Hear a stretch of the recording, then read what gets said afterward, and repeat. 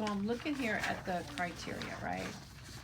First thing it says is develop an introduction that includes the following: your thesis statement, your purpose. So remember, you all are some group organization that's bringing attention to this particular arena, right? That most people are not talking about. So you have to profile yourselves more intentionally. Why should people listen to you and care about what it is you have to say? So you have to give yourself a profile, right? Who you are. We're friends of Black Wall Street, for example, right? And that you're committed to whatever the agenda is because you want to show how the African contribution to enterprise in America has been a part of America's wealth. For example, you could say that. And that those enterprising activities are not just a contemporary, you know, connection, but from the very beginning.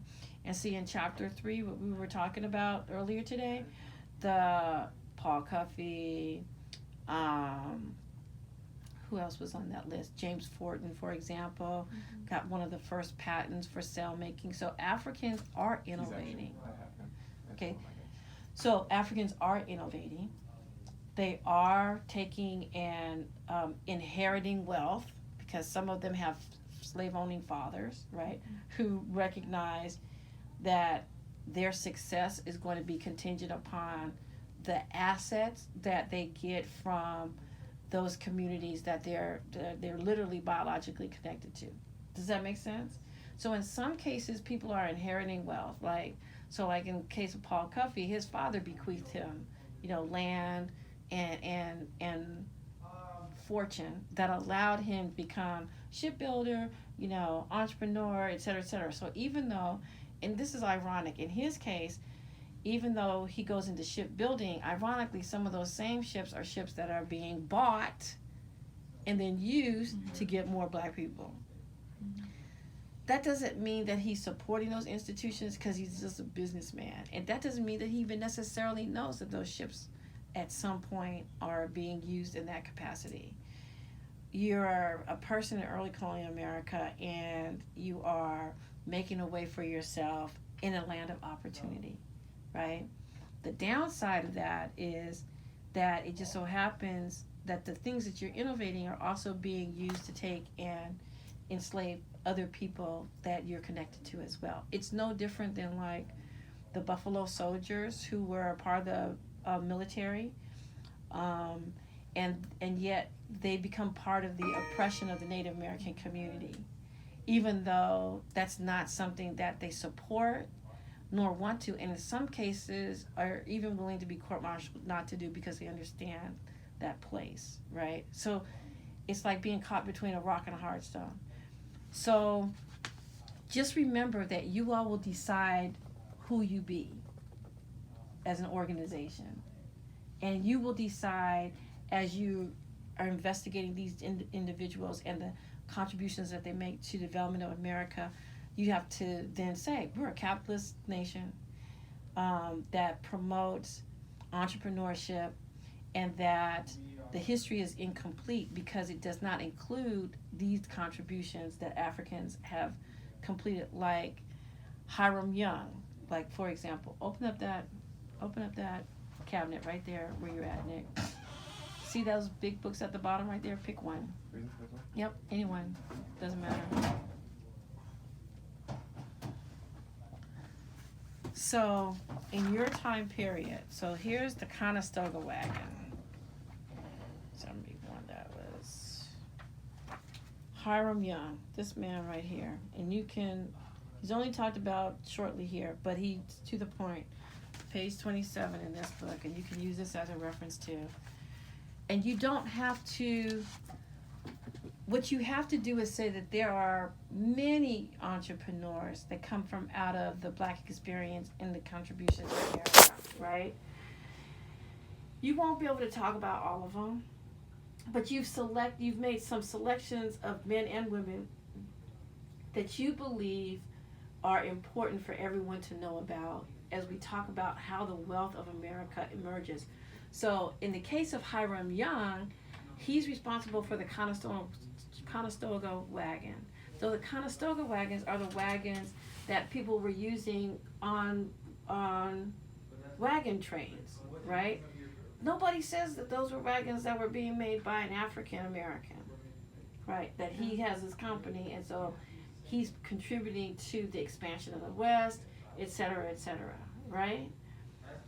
And so beyond just what they did, you have to tell people why it's important. How America changed was how it evolved, right? How it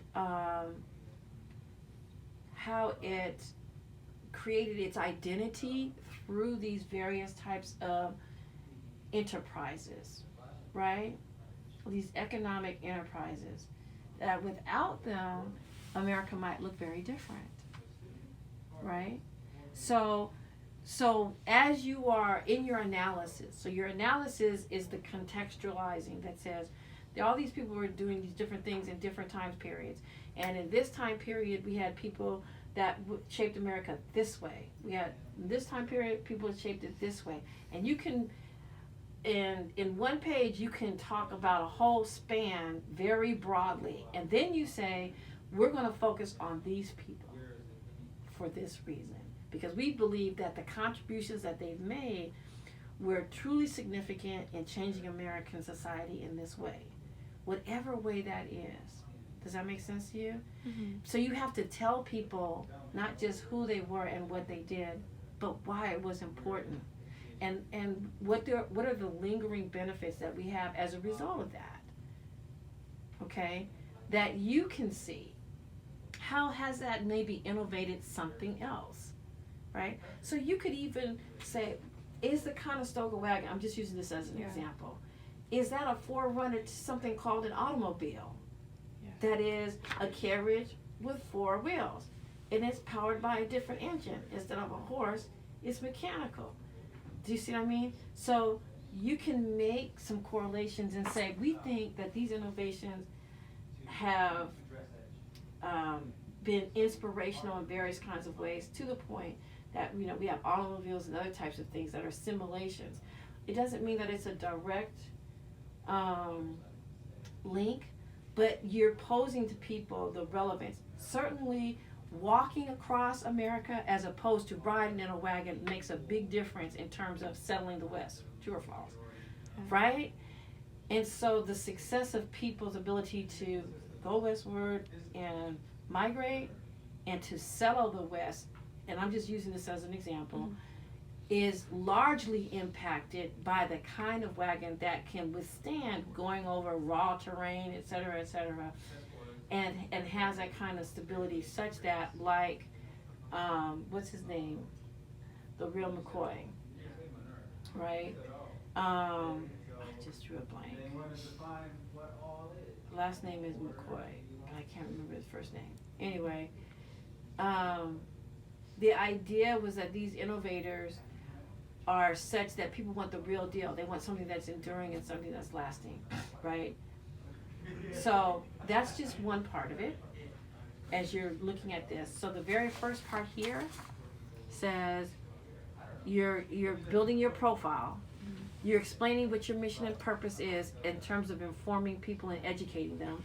Discuss the social, political, culture, and climate of the day. So in your case, because you're talking about different people from different parts, and so what I would do is group them either by timeline to say these people are in this segment of time, or this segment of time, or this segment of time, or you could talk about them by gender. Find some commonality that you can have some grouping with them, and then say how this grouping of people made significant change to American society. So you have Thomas Jennings, first U.S. patent. But wait a minute, you got to look at the time period though. Is this in your time period? Yeah, I'm pretty sure. This is, because this is because this is still in your time period. That's 1861. Okay, and then this is Eleanor Eldridge. So beginning in America, she was born in blah, blah, blah. Laundry. Okay, so this is a lot of people were able to come out of slavery by providing services like laundry and things like that um, not just Africans, Native Americans, Asians coming to America did that as well. Then you have Madam C.J. Walker. There's a whole, actually, let's see, so this is Madam C.J. Walker, but she's out of your time range. Yeah. But you can say, though, that women like Eleanor Eldridge are a precursor to, that would influence other women like Madam C.J. Walker, who continues that legacy as the first African-American female millionaire. Kind of like paved the way. Absolutely. So you see how you can make those connections, because people might be familiar with her more so than Eleanor Eldridge. And that's your connection to why it's significant, because that legacy continues, and that women have a significant role in organization building, and particularly like today when we were talking about those names on the board. So in chapter 3 of your Bennett book, where they talk about this building of Black America, right? And let's see, that's blood and votes, the founding of, at the end part of chapter 3 is where they talk more about, okay, New York and Philadelphia are the centers of power and creativity. Are any of these people in Philadelphia and in New York? So you need to find that out, right? That they're in the epicenter of Black America that's being formed, right, at this particular time period. James Fortin is a cellmaker, and that there are 4 types of community building. So people are working in community, and so as entrepreneurs, people can make wealth happen because they're working collaboratively in community with other people. So where is this? There's 4 types of community. The first type,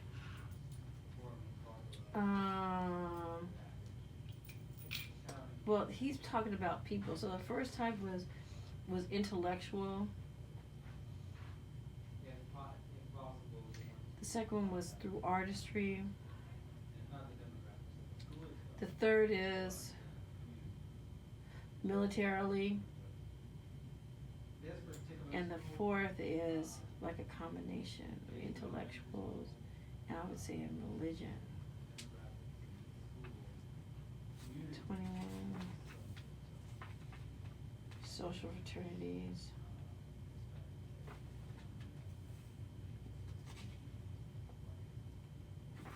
John Baptiste. I would check to see what their affiliations are in the Black community.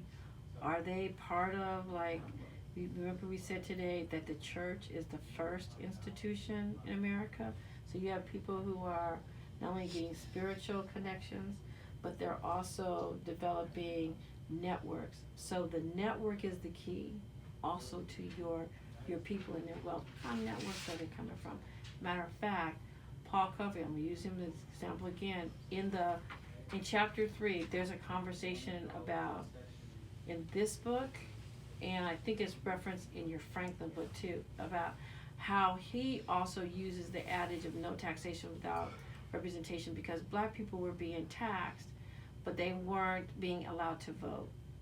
So Paul Covey then is also a political advocate, and because he has economic power, right, and prestige, he's able to successfully argue that they shouldn't be taxed if they're not being allowed to vote. And so then African Americans regain the right to vote, because remember we talked about early in chapter 2 that you have people of color who, like their European counterparts, they have the same social standing, they can vote and they can do other things, but then those voting rights are taken away. So then it's men like Covey who are helping to reinstitute that. They're also taking through their wealth, developing schools so that people become literate, okay? So what are people doing with their individual success? They're not only using it for themselves. They're still very communal. They're very network orientated. So then the protests that we see in chapter 3 that we had our discussion about today are being financed largely by some of the people that you're talking about, right? Because they're getting support from their constituents. So he's got a patent. That's her. Claire Brown. I know James Forden. I put on there that he's like vice president of the anti-slavery. Right, the Anti-Slave Society. So they're helping to develop these community, not only networks, but organization building. Remember we were talking about that today too. Because they understand that there's power in numbers. Okay, Stagecoach Mary. Oh, she's a very powerful figure. So she's was doing the stage coaching, but she also takes and goes into, I think, laundressing as well too. They become property owners, and because they become property owners, then that means they also have the opportunity to vote when it's allowed. So those are other things that you want to bring out in the profiles about these individuals and how their individual success is helping to shape and strengthen the communities that they're a part of. Does that make sense? Mm-hmm. Right? So on your thing here, identify specific details connected to the exhibit theme with a comprehensive profile of the theme's historical background. That's what we just talked about. So you're going to frame it in a way that it's not just isolated, but how is it connected to the Black community in specific and the American society in general, right? That's what this section here is. If we can make it, this would be like 2, right? This would be 1, this is 2. It says outline and analyze historical relevant issues associated with your theme, but that's what we just talked about, right? Concisely convey their historical relevance to American society. That's what we just talked about.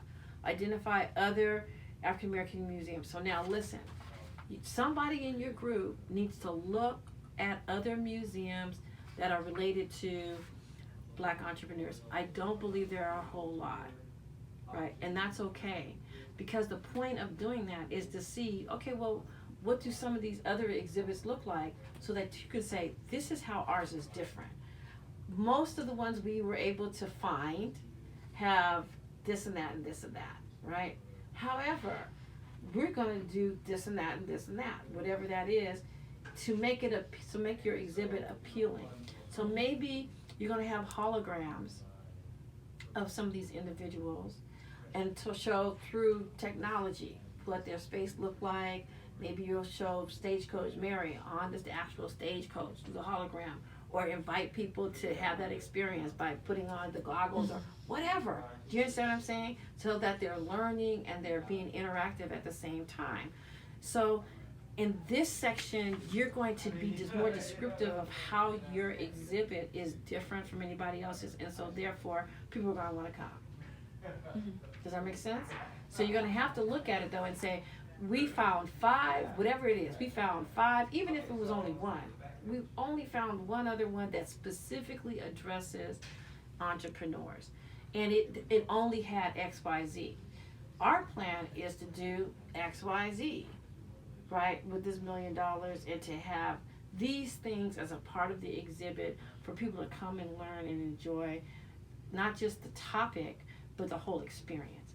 Does that make sense? Mm-hmm. So that's what that section 3 is with that. Museum locations will detail how they differ. That's what we just said. Discuss the unique qualities and characteristics. It's not enough to say ours is different. Tell me why.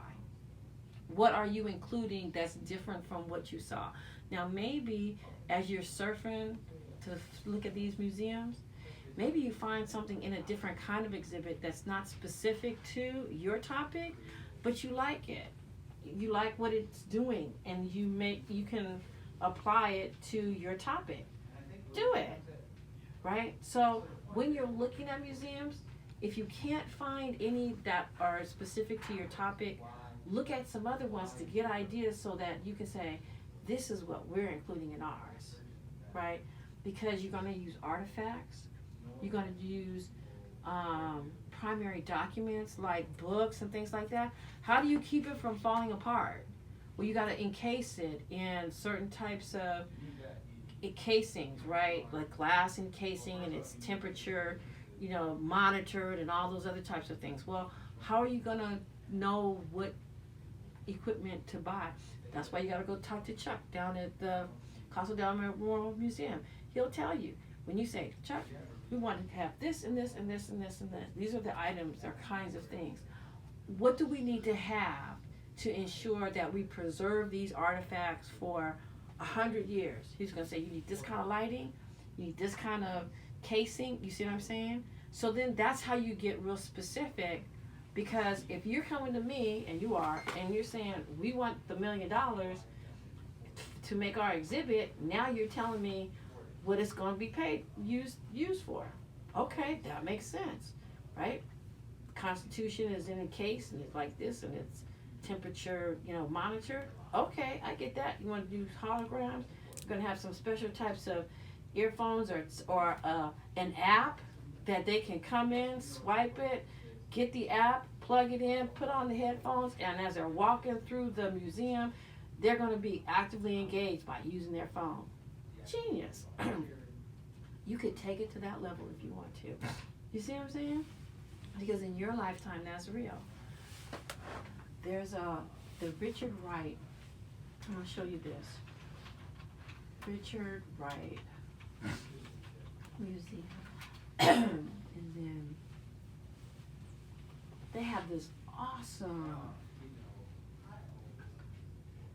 Richard Wright Museum. Oh no, Charles Wright, not Richard Wright. It's Charles Wright Museum.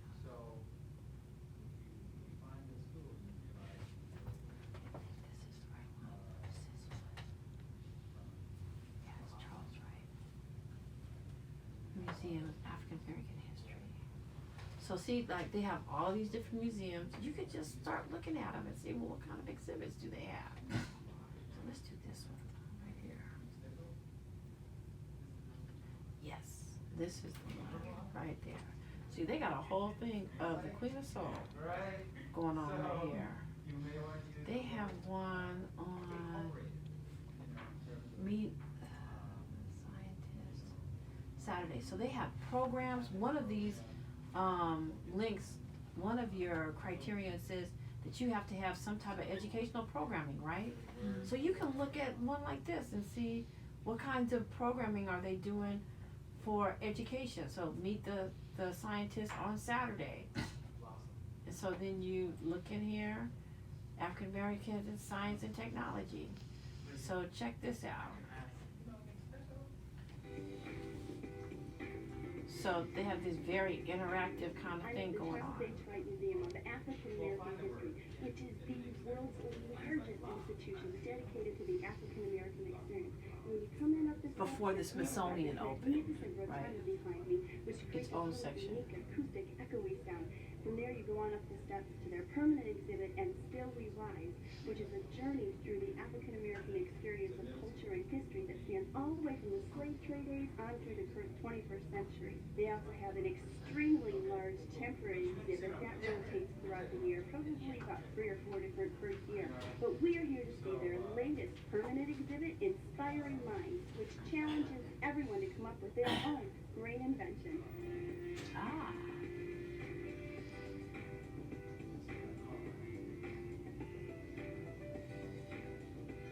So you see they have artifacts, they have like the whole digital kind of thing going on. Check out what's happening in the background.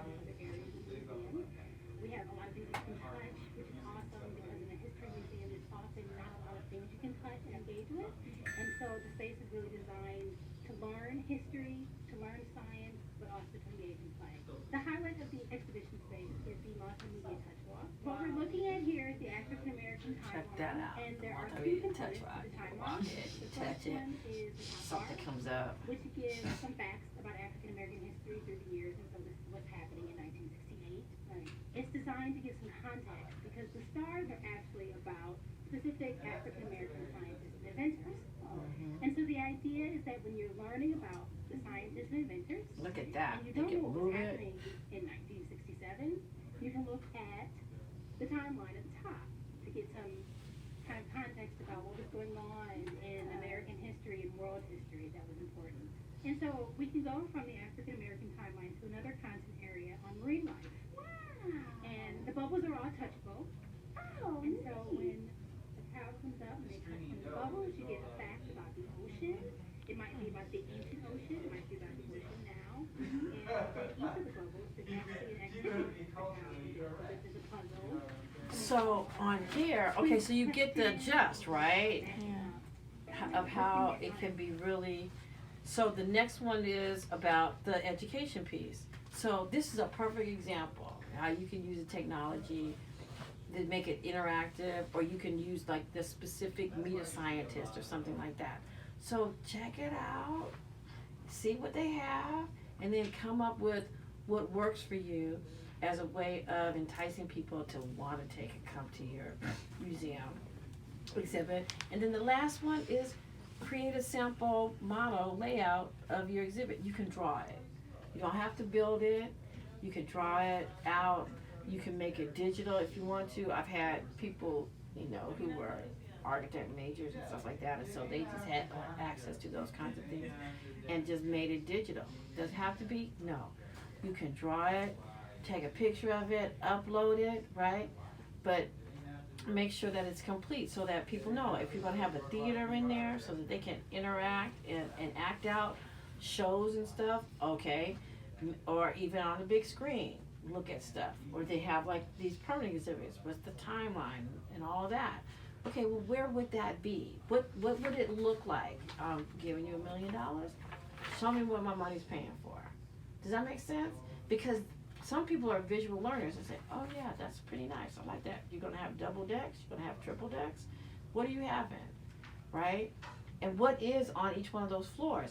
So does it have to be perfect? No, but you can say, we're gonna have the statues here, like you saw, they had a whole row, those were temporary displays. So you can say in this area, we have these rotating exhibits. And for right now, we have these bust heads of whoever, whatever that is. Let your imagination run wild, right?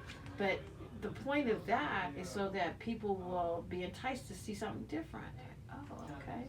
Never saw anything like that before. I want to at least come check that out. And yes, I would fly to San Diego, California to come do that because it's different. There's nowhere else in the world that has anything like that. Does that make sense? Right? And so then you draw it all out. And so people look at that and say, okay, I can see that. I can envision that. Sounds good. Right? Does that help? So, talk to it. You all have a lot of leeway in how you're going to do this. Give yourself permission to be creative with it. But at the same time, you have to educate people and not just say, oh, it'll be fun. Well, what would make it fun? These kinds of activities where people are doing this, but you don't have to start from scratch. You can take from other people's ideas and augment them to take it. Yeah, I like that. Like for me, I like that timeline on the wall, and it's very interactive. So you're gonna get a lot of people who are like, yeah, I want to touch it, I want to feel it. They learn that way, and all of that. And then you have some of the traditional stuff. So it's really up to you. Does that help?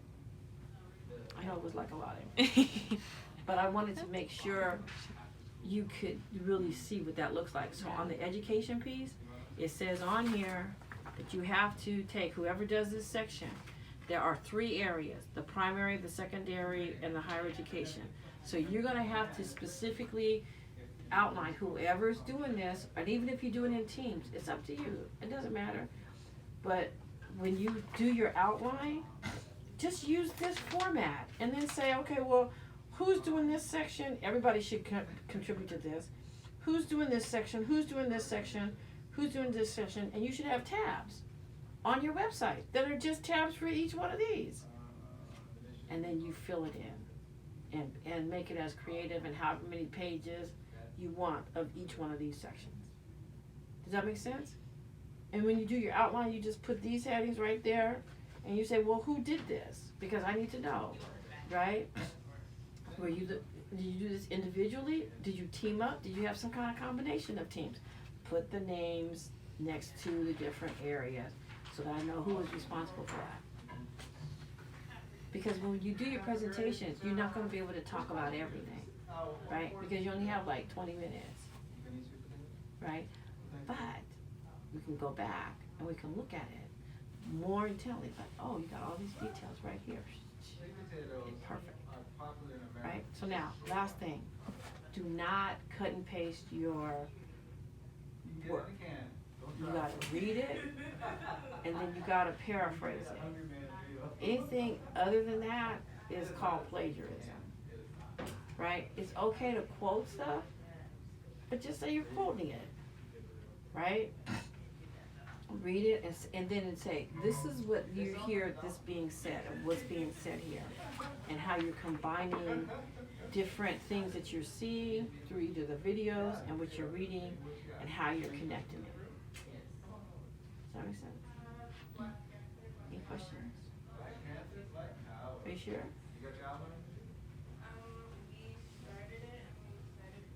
I don't think so. Okay. So now listen. Because I wanted to at least like try to tie in, but you already said that, how it's important today and how it could Absolutely. educate people today and help them like, become entrepreneurs themselves. Absolutely. So all you have to do, you can use contemporary examples to say, this happened over here, but we know in the 21st century, other people are continuing the legacy of this work through this and this and this and this, right? But the point is, you want to educate people that what you're talking about did not start as a 21st century phenomenon. It has a legacy much earlier, right? And that not all black people were slaves in America. They just weren't. They were, and even those who were are innovating themselves and they're emancipating themselves through their entrepreneurship. And they're transforming America's society in the process. So it's not just about me. The me is about we. Anything else? Okay, so if you think of anything else and you want, just email me and say, okay, this is, got a question, this is what, can you please call us? What do we do about the XYZ? Right? Because when you come back on Monday and Wednesday, I want you to feel comfortable, right, with what you're doing and not like, well, we don't know. And if you have any questions along the way, ask me. Now, we have people who aren't really, how many people in your group? 7, 6 or 7. Okay. Share them with everything we've talked about. There are no excuses, right? If you're not sure about particular people's ability to take and do particular things, then don't give them that work. I'm not going to give people credit for stuff that they don't do, right? So you don't have to worry about someone getting credit for it, which is why I was telling you, if you identify who's responsible for what, they can only get credit for what they're contributing to, right? If they don't do it, then the rest of the group does not get penalized for that. But I won't know. You have to tell me who's responsible for what. If I don't know, then I can't hold them accountable to that.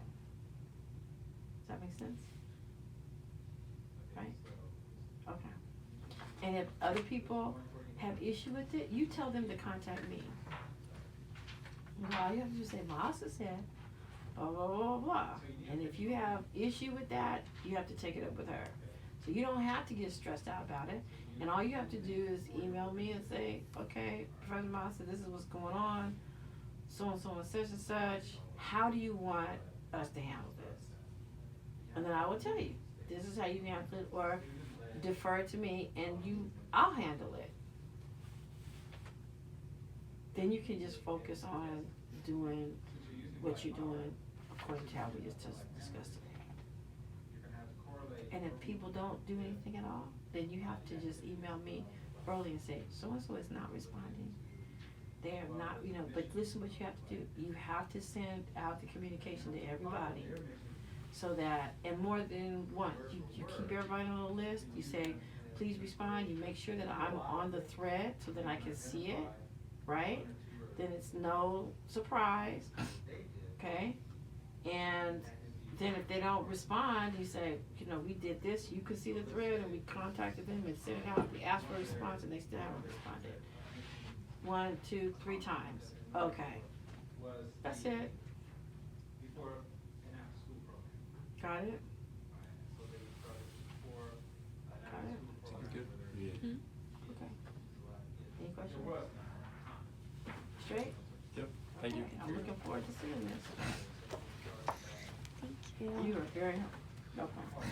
Oh, wait, did you get the, Oh, the name though.